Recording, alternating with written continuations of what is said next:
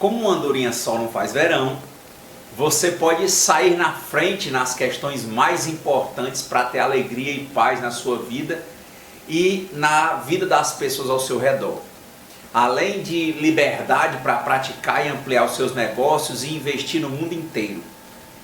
Você, no grupo responsável pelas matérias mais relevantes do mundo, os que percebem a impossibilidade de viver isolados e interagem com instrumentos de pacificação social, evitando conflitos, estabilizando relações para os seus objetivos e para a ordem mundial. É o que ocorre nos julgamentos da Corte Internacional de Justiça em Haia, o órgão da ONU que tem brasileiros entre os juízes desde a sua fundação. O que rendeu o nome de Águia de Haia a Rui Barbosa já contou com uma juíza mulher brasileira por anos, a doutora Silvia Steiner, e está com o doutor Cansado Trindade, brasileiro, até 2027 na representação aqui do Brasil com o juiz. Ao assistir este vídeo até o final, você pode começar a funcionar em setores de sua mente para se integrar a informações raras que podem ser um grande diferencial no mundo cada vez mais globalizado e integrado, passando do lugar comum ao diferencial no direito, nos negócios e na efetividade da dignidade de bilhões de pessoas. Trata-se de mais uma criação das centenas de vídeos que tenho distribuído gratuitamente no Facebook, YouTube, Instagram e outras plataformas. A jornada de dar continuidade ao meu trabalho como professor e advogado, incluindo estudos desde o doutorado jurídico, envolvendo a efetividade de direitos e a ampliação da dignidade humana, tem sido enriquecedora e muito alegre com a sua participação. Nessa minha jornada já foram incontáveis horas de palestras pelo Brasil, ações judiciais e extrajudiciais e a participação como assessor técnico na Organização Internacional do Trabalho da ONU em Genebra, nas últimas conferências internacionais do trabalho, como você pode ver em muitos materiais com a minha participação pela internet. Bom, muito bom estar com pessoas como você que pensa de forma similar para trabalhar, empreender, aprender e desenvolver atividades aptas a beneficiarem a coletividade com temas nobres como a dignidade humana em suas mais variadas dimensões. Eu não sei se você sabe, mas a carência é gritante de pessoas que compreendam os direitos humanos, o funcionamento dos tribunais internacionais, o teor das decisões e o impacto que causam nos países, em especial para os que tratam com fins que superam a ideia de concursos e vão ao patamar da prática, das ações. Claro que eu tenho minha linha de raciocínio, mas acho que está tudo bem se você tiver alguns pontos de divergência. Então, vamos hoje seguir para a ampliação de seus caminhos na vida, conhecendo sobre a Corte Internacional de Justiça. A CIJ, com sede em Haia, na Holanda, é o principal órgão judiciário das Nações Unidas. Todos os países que fazem parte do Estatuto da Corte, que é parte da Carta das Nações Unidas, podem recorrer a ela. Somente países, nunca indivíduos, podem pedir pareceres à Corte Internacional de Justiça, conforme notícias da própria ONU. Além disso, a Assembleia Geral e o Conselho de Segurança podem solicitar à Corte pareceres sobre quaisquer questões jurídicas, assim como os outros órgãos das Nações Unidas. Lembrando aí, por exemplo, a Organização Internacional do Trabalho. A Corte Internacional de Justiça se compõe de 15 juízes chamados membros da Corte. Eles são eleitos pela Assembleia Geral e pelo Conselho de Segurança em escrutínios separados. O contexto de surgimento dessa corte está ligado ao fim da Segunda Guerra Mundial. Em primeiro lugar, a corte ela conhece das controvérsias que são apresentadas livremente pelos estados no exercício da sua soberania. Atualmente, por exemplo, os dados aí em 31 de julho de 2019, 193 estados eram partes no Estatuto da Corte e podiam recorrer a ela. O Estado da Palestina, por exemplo, por sua parte, depositou em 4 de julho de 2018, na Secretaria da Corte, uma declaração no seguinte termo, dizendo que, pela presente, o Estado da Palestina declara que aceita, com efeito imediato, a competência da Corte Internacional de Justiça em respeito a todas as controvérsias surgidas ou que possam surgir, compreendidas no artigo 1º do protocolo facultativo da Convenção de Viena sobre relações diplomáticas sobre a jurisdição obrigatória para a solução de controvérsias. É um tratado de 1961, que o Estado da Palestina aderiu em 22 de março de 2018. Quer dizer, até a Palestina está entrando aí, aderindo. E para ajudar você a lembrar sobre a formação da CIG, é importante recordar os nefastos conflitos mundiais, seja a Primeira Guerra e a Segunda, que é uma continuidade.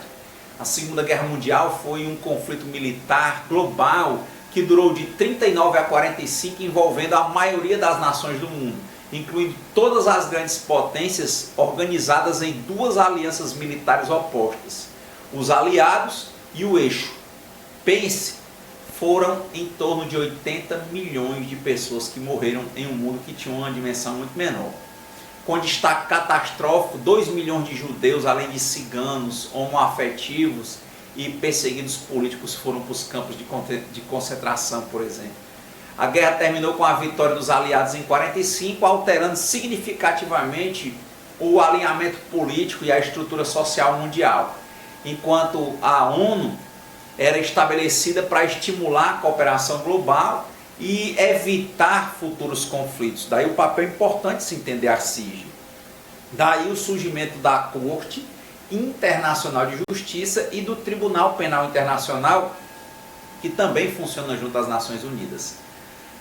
Antes, não existia um tribunal composto por vários países para julgar normas de direito internacional, gerando a necessidade de tais tribunais, como foi o caso do Tribunal Militar formado aí pelos aliados para o julgamento de Nuremberg, uma série de tribunais militares organizados pelos aliados depois da Segunda Guerra Mundial e referentes aí aos processos contra 24 proeminentes membros da liderança política, militar e econômica da Alemanha nazista.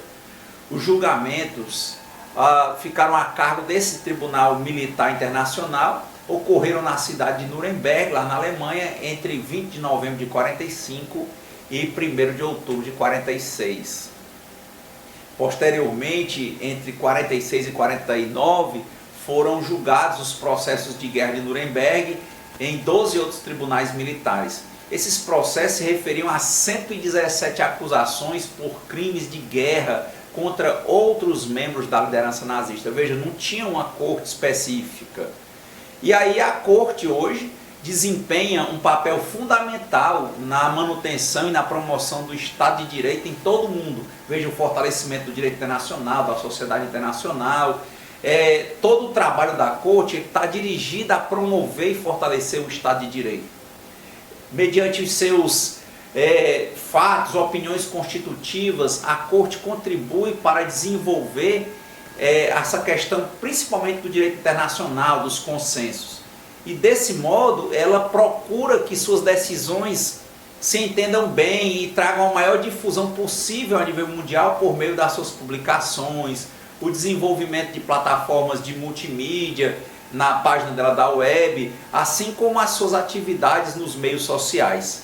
Por exemplo, a página na internet, que recentemente foi revisada aí da CIG, da Corte Internacional de Justiça, ela contém toda a jurisprudência da Corte, assim como da sua antecessora, o Tribunal Permanente de Justiça Internacional, e oferece informação útil aos estados e organizações e a qualquer interessado. por exemplo, dessa matéria a nível de direitos humanos, das decisões, está tudo disponível aí na Corte. Veja que aqui a nível de Brasil, a submissão à CIG e ao TPI ocorre por meio de 2 tratados internacionais ratificados e as disposições da Constituição de 1988 aqui da República Federativa do Brasil. Por exemplo, dispõe o artigo 5º, parágrafo 4º da Constituição, o artigo 5º que traz os direitos individuais, que todos são iguais perante a lei, sem distinção de qualquer natureza, garantindo-se aos brasileiros e aos estrangeiros residentes no país a inviolabilidade do direito à vida, à liberdade, à igualdade, à segurança e à propriedade. No parágrafo 4º diz que o Brasil se submete à jurisdição de Tribunal Penal Internacional, a cuja criação tenha manifestado adesão. E aí é o caso, os 2 casos, aliás. Já o decreto 19841 de 45, que promulgou a Carta das Nações Unidas, da qual faz parte integrante o anexo, que é o Estatuto da Corte Internacional de Justiça, esse que foi assinado em São Francisco em junho de 45, por ocasião da Conferência de Organização Internacional aí nas Nações Unidas. E já o decreto 4388 de 2002 promulga o Estatuto de Roma e o Brasil passa a aderir ao Tribunal Penal Internacional. Temos um vídeo, inclusive, só sobre ele. Na Carta das Nações Unidas, no capítulo 14, que trata da Corte Internacional de Justiça, os artigos 92 a 96 são muito claros, dizendo que a Corte Internacional de Justiça é o principal órgão judiciário das Nações Unidas. Ela funciona de acordo com o Estatuto, que está anexo à Carta, e é baseado nesse Estatuto da Corte Permanente de Justiça Internacional e faz parte integrante da Carta das Nações Unidas. É também destacado que todos os membros das Nações Unidas são partes do Estatuto da Corte Internacional de Justiça. Ou seja, mesmo antes da gente ter um artigo 5º, parágrafo 4º, o Brasil já se submetia. Por exemplo, aí, um Estado que não for membro das Nações Unidas poderá ser parte do Estatuto da Corte Internacional de Justiça em condições, por exemplo, que vão ser determinadas pela Assembleia Geral da ONU mediante recomendação do Conselho de Segurança. Perceba que cada membro das Nações Unidas se compromete a atender, a obedecer qualquer decisão da Corte Internacional de Justiça em qualquer caso em que ele for parte. Veja, isso é anterior a esse parágrafo 4º do artigo 5º da Constituição. E se uma das partes, no caso, deixar de cumprir as obrigações que lhe incumbem em virtude de sentença proferida pela Corte, a outra parte terá direito de recorrer ao Conselho de Segurança, que poderá, se julgar necessário, fazer recomendações ou decidir sobre medidas a serem tomadas para o cumprimento da sentença. Veja que nada na Carta das Nações Unidas impedirá os membros das Nações Unidas de confiarem a solução de suas divergências a outros tribunais, em virtude de acordos já vigentes ou que possam ser concluídos no futuro. Por exemplo, como acontece aqui na Corte Interamericana de Direitos Humanos, é um espaço. A Assembleia Geral ou o Conselho de Segurança poderá solicitar um parecer consultivo da Corte Internacional de Justiça sobre qualquer questão de ordem jurídica, ou seja, não só é um contencioso, também tem a parte de pareceres. Outros órgãos das Nações Unidas e entidades especializadas que forem, em qualquer época, devidamente autorizados pela Assembleia Geral, poderão também solicitar pareceres consultivos da Corte sobre questões jurídicas surgidas dentro da esfera das suas atividades. Veja que o Estatuto da Corte Internacional de Justiça tem 70 artigos e também está ratificado pelo Brasil no mesmo decreto que ratificou a Carta das Nações Unidas. A estrutura do Estatuto da CIG está dividida em algumas partes, com o capítulo 1, que trata sobre a organização da Corte, essa sua estrutura. O capítulo 2 traz a perspectiva da competência. O capítulo 3 trata sobre o processo, né, o processamento dentro da Corte. O 4 já traz sobre os pareceres consultivos. E no último capítulo, que é o 5º, ele trata de emendas. E é importante, né, forte, para que você tenha uma percepção dessa força mesmo, da imperatividade das decisões da Corte Internacional de Justiça, o que é, por exemplo, encontrado aí no Estatuto da CIG. Veja, bem antes do Tribunal Penal Internacional. É interessante que a CIG julga e emite pareceres diferentes, aqui a nível diferente, uma estrutura do judiciário brasileiro, porque o brasileiro, ele é inerte, ele não emite pareceres, não é órgão consultivo, ele só tem a parte contenciosa de regra, né? E algumas soluções mediante mediação, conciliação de conflitos. E lá não, ele faz as duas coisas. E aí sobre a competência para pareceres, o Estatuto da CIG, ele fala lá pelo artigo 65 que a Corte pode dar parecer consultivo sobre qualquer questão jurídica a pedido do órgão que, de acordo com as Nações Unidas ou por ela autorizada, estiver em condições de fazer tal pedido. Aí as contribuições estão regularizadas, né, junto às Nações Unidas. Porque as questões sobre as quais for pedido parecer consultivo da Corte serão submetidas a elas por meio de petição escrita que deverá conter uma exposição do assunto sobre o qual é solicitado o parecer e será acompanhada de todos os documentos que possam elucidar, por exemplo, a questão. Nesse caso aí, o escrivão ele vai notificar imediatamente todos os estados com direito a comparecer perante a Corte do pedido que foi feito para esse parecer consultivo. Nesse caso aí já parte para outra competência, que é a jurisdicional, a contenciosa, para solucionar conflitos, e a CIG também está isso demarcado lá no Estatuto. No artigo 34 fala que só os estados poderão ser partes em questões perante a Corte. E sobre as questões que lhe forem submetidas, a CIG, nas condições prescritas pelo regulamento dela, ela poderá solicitar informações de organizações públicas internacionais e receberá, por exemplo, as informações que lhe forem prestadas por iniciativa própria pelas referidas organizações. Veja que sempre que no julgamento de uma questão perante a Corte for discutida a interpretação de instrumento constitutivo de uma organização pública internacional ou de uma convenção internacional adotada em virtude desses regulamentos, o escrivão vai dar conhecimento disso à organização pública internacional interessada e vai lhe encaminhar a cópia de todo o expediente, ou seja, uma espécie de ampla defesa para que se possa contraditar o que está sendo dito.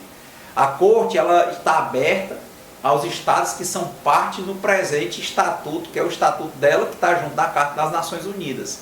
E as condições pelas quais ela está aberta a outros estados vão sempre ser determinadas pelo Conselho de Segurança da ONU, ressalvadas aí as disposições especiais dos tratados vigentes, e em nenhum caso tais condições colocarão as partes em posição de desigualdade perante a Corte. É um princípio de direito internacional, essa igualdade entre as nações. Quando um Estado que não é membro das Nações Unidas, por exemplo, for parte numa questão, a Corte fixará a importância com que ele deverá contribuir para as despesas da Corte, e essa disposição não será aplicada se tal Estado já contribuir para as despesas da Corte. Lembre que o Brasil contribui em torno de 40 milhões de dólares por ano para a ONU, né, para participar de todos esses organismos. E a Corte abrange todas essas questões, bem como todos os assuntos que estejam especialmente previstos na Carta das Nações Unidas ou em tratados e convenções em vigor. Veja que ela zela pelo direito internacional. Os estados partes no presente estatuto, eles poderão a qualquer momento declarar que reconhecem como obrigatória e sem acordo especial em relação a qualquer outro estado que aceite a mesma obrigação, a jurisdição da Corte em todas as controvérsias de ordem jurídica que tenham por objeto, a título exemplificativo, a interpretação de um tratado, qualquer ponto de direito internacional, por exemplo, a existência de qualquer fato que, se verificado, constituiria a violação de um compromisso internacional. Pode também avaliar a natureza ou a extensão da reparação devida pela ruptura de um compromisso internacional, lembrando a questão da pacta sunt servanda e do princípio da boa-fé, são muito fortes nesse direito. As declarações aí elas podem ser feitas pura e simplesmente ou sobre condição de reciprocidade da parte de vários ou certos estados ou por um prazo determinado.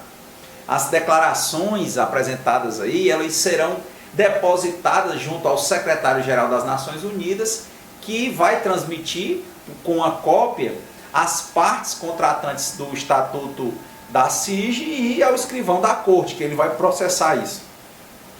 Nas relações entre as partes contratantes do Estatuto da CIG, as declarações feitas de acordo com o próprio Estatuto Permanente dentro dessa perspectiva tem que estar em vigor e considerar, por exemplo, essa questão da aceitação da jurisdição obrigatória da Corte Internacional de Justiça pelo período que ainda deve vigorar, por exemplo, os tratados e os seus termos. É importante perceber que qualquer controvérsia sobre a jurisdição da Corte será resolvida por decisão da própria Corte. Quer dizer, não cabe recurso. Sempre que um tratado ou convenção em vigor, ele dispõe de um assunto, deve ser, por exemplo, submetido a uma jurisdição para ser instituída pela Liga das Nações ou uma corte permanente ligada à Justiça Internacional, o assunto deverá, no que respeita às partes contratantes do Estatuto da CIG, ser submetido também à Corte Internacional de Justiça. Veja a força que ela tem. A função dela é decidir, de acordo com o direito internacional, todas as controvérsias que forem submetidas, e ela vai aplicar as convenções internacionais, quer sejam convenções gerais, quer convenções especiais, que estabeleçam regras especialmente reconhecidas pelos estados litigantes. Veja que o costume também, o costume internacional, como prova de uma prática geral aceita como sendo direito, ou seja, como é que ela vai resolvendo os conflitos. Também vai usar os princípios gerais de direito reconhecidos pelas nações civilizadas, vai, por exemplo, julgar sob ressalva do que dispõe no próprio estatuto as decisões judiciárias e a doutrina dos publicistas mais qualificados nas diferentes nações, como, por exemplo, o meio auxiliar para a determinação das regras de direito, ou seja, a jurisprudência que ela vai observar. A disposição aí que está nesse artigo não vai prejudicar a faculdade da Corte de decidir uma questão, por exemplo, se as partes com isso concordarem usando outros meios. E só para você continuar entendendo sobre a estrutura com relação aos juízes, né? Você pode até ser um dia, o tribunal, a Corte, é composto por 15 juízes de nacionalidades distintas, é o que diz aí no artigo 3º do Estatuto da Corte. São eleitos para um mandato de 9 anos pela Assembleia Geral das Nações Unidas e pelo Conselho de Segurança das Nações Unidas, aí pelo voto da maioria absoluta, a partir de uma lista de pessoas nomeadas por grupos nacionais, junto à Corte Permanente de Arbitragem, por exemplo. Ela está prevista aí a possibilidade de reeleição ao cargo. Nós temos hoje aqui a nível brasileiro o cansado Trindade.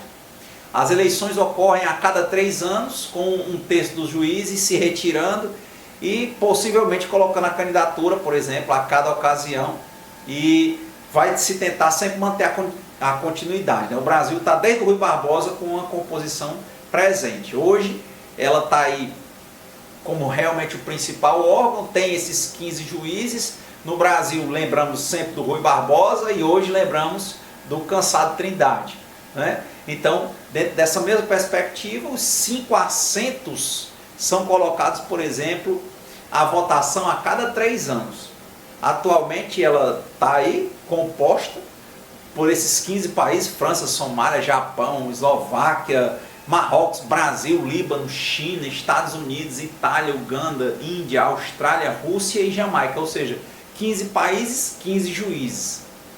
Os juízes brasileiros que compuseram a corte, como a gente já tinha falado, tem o Rui Barbosa, o Epitácio Pessoa, Filadelfo de Azevedo, Levi Carneiro, o José Estela Câmara, José Francisco Rezec, a Silva Steiner e o Antônio Augusto Cansado Trindade, que vai até 2027, veja esses mandatos maiores, né? Com relação aí a exemplos de casos julgados pela CIG, conforme o informe anual, a Assembleia Geral, para dispor, por exemplo, sobre informações na promoção do Estado de Direito, É importante destacar alguns casos. Atualmente constam em torno de 18 casos contenciosos junto à Corte Internacional de Justiça. Um exemplo aí, alguns casos que a gente vai colocar: Bolívia e o Chile discutindo a obrigação de negociar o acesso ao Oceano Pacífico. Outra demanda de delimitação marítima no Oceano Índico, que envolve a Somália e o Quênia. Está também discutindo uma controvérsia sobre a situação e a utilização das águas da Cilala, uma briga entre o Chile e a Bolívia. Está discutindo lá, para ser julgado, imunidades e atuações penais, caso sobre a Guiné Equatorial e a França. Outro caso que também está lá é a aplicação da Convenção Internacional para a repressão do financiamento do terrorismo e a Convenção Internacional sobre a eliminação de todas as formas de discriminação racial, um caso que está envolvendo a Ucrânia e a Federação da Rússia. Outra matéria que está sendo julgada, e você pode acompanhar no site, é a aplicação da Convenção Internacional sobre a eliminação de todas as formas de discriminação racial, o caso que está envolvendo o Catar e os Emirados Árabes. Veja que são muitas situações relevantes. Outro caso que a gente falou inclusive no outro vídeo, houve um caso específico lá na Itália, em que houve uma condenação, por exemplo, do Estado alemão pelo Poder Judiciário italiano para indenizar vítimas do nazismo. Como está muito atrelado a essa questão, a gente vai já falar um pouco sobre isso, mas foi levantada uma questão a nível de realmente igualdade dos Estados. Como é que há uma igualdade dos Estados e um poder dentro de um Estado vai ordenar todo um Estado no outro país? Não é? Então ficou essa questão, isso foi levado para a Corte Internacional de Justiça para definir isso. Quais são os poderes? Veja que nesse caso, as notícias, dizem aí os relatos, que o próprio governo da Itália não era a favor dessa decisão, mas saiu uma decisão pelo Poder Judiciário. Então, como vai executar? Eu lembrei da situação das fábulas do Monteiro Lobato, e ele fala uma situação que estava tendo uma polêmica muito grande, que é o caso dos ratos, né? Eles estavam dominando a casa e a dona conseguiu um gato que era muito ágil, que ele era muito esperto. Então, na hora que os ratos, aliás, eles iam saindo do buraco, o rato rapidamente ele pegava, né? Captava os ratos, e aí ficou aquele medo e a fome começou a tocar dentro do buraco. E aí dentro daquele buraco eles fizeram uma assembleia, os ratos, né? Estavam muito desenvolvidos, estavam uma sociedade de ratos já bem grande, né? Com muitos membros. E eles se reuniram para ver o que eles iam fazer, porque tinham que sair para ir buscar alimento, mas não conseguiam sair por causa do gato, que era ágil. Eles não viam, quando viam o gato já tinha pego o rato, por exemplo, que saía e se arriscava. E aí lá discute vários posicionamentos, e aí no final um rato levanta a mão e diz: eu tenho a solução, é muito fácil. Isso é mesmo? Como é a solução? Eu disse: rapaz, é só a gente pegar um sino, amarra uma cordinha, uma fita e bota na cabeça do gato. Porque aí na hora que o gato vier, a gente escuta o barulho do sino e a gente foge. Aí todo mundo bateu palmas, foi aquela ovação, fantástico, levaram ele nos braços e tal, mas um ratinho que estava bem caladinho ali no meio dos outros levantou a mão, depois que eles pararam um pouco a euforia, e fez uma pergunta para o presidente da Assembleia. Disse: tudo bem, parabéns, boa ideia, mas quem é que vai colocar o sino no pescoço do gato? Aí a tristeza tomou conta, porque se eles não conseguiam se livrar do gato na surdina, como é que eles iam enfrentar o gato para prender o gato e botar o sino no pescoço, né? Então é muito claro, é bem interessante essa comparação, essa metáfora que pode ser feita aqui para a gente pensar. A nível de nações, existe hoje uma globalização, existe um comércio funcionando, né? A nível do capital, do capitalismo no mundo inteiro.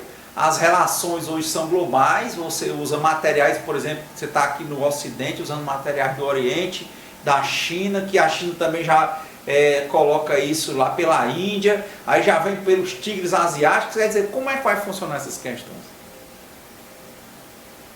Arranjar um conflito entre nações compensa uma guerra? Será que se deixar cada um fazer o que quer, não vai terminar em guerra? E como tem os apoiadores e como tem negócios em comum a nível mundial, será que essa guerra, alguém vai lutar uma guerra hoje só? Ou essa guerra tende a sempre tomar grandes proporções? Então, esse espaço da Organização das Nações Unidas é exatamente para manter essa ambiência de diálogo. Um momento, por exemplo, ter a Assembleia Geral, em que esses que têm poderes, né, os plenipotenciários, em que há esse diálogo direto entre os líderes a nível mundial, há a Organização Mundial do Comércio, por exemplo, dentro das Nações Unidas, que, por exemplo, representações ligadas aos segmentos mais executivos, a Organização Internacional do Trabalho, o Conselho de Segurança da ONU, a Organização Mundial de Saúde, quer dizer, hoje tem, por exemplo, inclusive um aplicativo distribuindo informações a nível mundial, quer dizer, ter essa teia que até 1945 não existia, tem sido fundamental para manter o mundo em paz. Veja que a quantidade de guerras que aconteciam no que se chama do mundo civilizado, elas eram tão recorrentes, principalmente entre familiares, para você imaginar que quando você vê que Carlos Magno na história, ele distribui os territórios e depois as guerras vão ser entre os próprios parentes. Então havia uma nobreza que era toda alinhada. Quando você vai estudar, por exemplo, a Revolução Francesa, o rei Luís XVI, ele era casado com uma princesa que era prussiana. Então quer dizer, todas essas questões eram guerras sobre guerras. Aí veio a Primeira Grande Guerra Mundial. Essa guerra que matou milhões de pessoas, mais um questionamento por falta de diálogo, por falta de um espaço de compreensão, de integração, de interação. 1918 a 1928, 10 anos. 1938, 20 anos. O mundo já estava em pé de guerra. 1940 começa a Segunda Grande Guerra Mundial. Uma das maiores, a maior, pode-se dizer assim, das tragédias da modernidade, da contemporaneidade, para melhor falar assim. Como falamos há pouco, em torno de 80 milhões de pessoas morreram. Assiste hoje aos documentários sobre a guerra, tem muito material no YouTube, no Netflix. Vê os maus tratos que aconteciam nos campos de concentração nazista, que eram muitos campos, bem para além de Auschwitz e Dachau e outros mais. Quer dizer, aquilo, você olhar aquelas pessoas morrendo de inanição, arrancavam órgãos das pessoas, quer dizer, tudo aquilo, né, uma situação, acabou com o povo romani, a situação da escolha, da opção sexual, a questão dos negros, a pregação de ter um sangue puro. Quer dizer, se você não tem um órgão de diálogo, essas questões tendem a crescer, a se desenvolver e a gerar condições nefastas. E hoje não só tem o órgão de diálogo, que é a Organização das Nações Unidas, mas nós temos a Corte Internacional de Justiça para ir solucionando esses conflitos ou possíveis conflitos ou evitando conflitos entre os Estados. Traz-se aí essa lógica de maturidade dos Estados, no sentido de haver um diálogo, de ter um Conselho de Segurança, de ter uma Corte Internacional de Justiça para emitir pareceres, evitar conflitos, trabalhar em cima do consenso. Se não resolver com o parecer, ter o processamento de um contencioso, ter decisões, ter a imposição do cumprimento, ter o país se submetendo a essas questões. E se for, por exemplo, algo que o Estado claudique, né, com relação ao cumprimento dos direitos humanos, a questão dos jus cogens, esses que são consensos, aí são 193 estados que são membros da Organização das Nações Unidas, né, e que se pratique algo de maior proporção e que não tenha muito a ver com a perspectiva do Estado em si, como nós vimos os casos que estão sendo avaliados, mas que é algo muito particular de alguma pessoa, e para que o Estado não seja punido por uma atitude de uma pessoa, e geralmente essas são grandes autoridades no Estado que claudicaram no exercício da sua função, né? Pode ser que o Estado seja punido e que a pessoa seja punida. E hoje nós temos, além da Corte Internacional de Justiça, nós temos o Tribunal Penal Internacional, por exemplo, para julgar crimes contra a humanidade, genocídio, dentre mais outros crimes, como os crimes de guerra.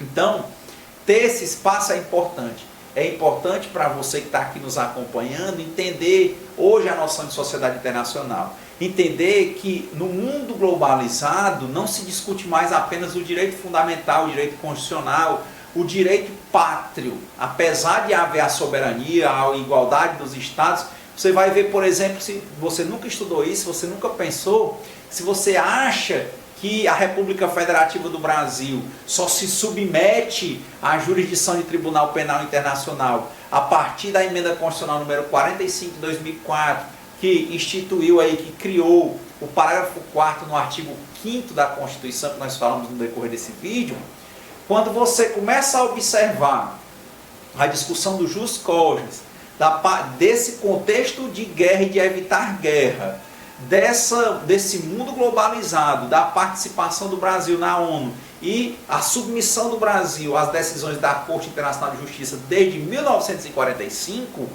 você vai ver que esse parágrafo 4º ele veio só para reafirmar e para dar uma abertura para o que veio depois, que foi uma perspectiva de implantação posterior, né, do Tribunal Penal Internacional e do Estatuto de Roma. Mas o Brasil já se submetia com relação aí ao caso da Corte Internacional de Direitos. E muitas pessoas acham que o direito internacional é a cereja do bolo. E muitas pessoas acham que não se aplica. E, consequentemente, não vê, como a gente começou o vídeo, né, o que os olhos não veem, o coração não sente. Então, não utilizam isso nas suas petições. Você já olhou a jurisdição? Você já olhou decisões que tratam sobre essas questões? Eu já vi em livros, por exemplo, em que o juiz dizia assim, não, eu vou mandar que o Estado tal faça isso, e aí ele que faz, porque o papel do juiz é mandar. Sim, o juiz nacional, será que, por exemplo, ele não deveria? E se você, por exemplo, advoga nessa área, ou você milita a nível coletivo com essas matérias, será que se você tivesse uma jurisprudência, uma argumentação, uma fundamentação mais cirúrgica, mais precisa com relação a essa matéria, você não conseguiria, por exemplo, ganhar o que você está querendo, ou barrar essas atitudes, por exemplo, pode-se dizer destemperadas, dentro do próprio judiciário, que às vezes toma por não conhecer, porque está muito restrito a questão de STF, STJ, TST, esses tribunais extraordinários, instâncias extraordinárias, né? Tribunais ordinários e instâncias extraordinárias.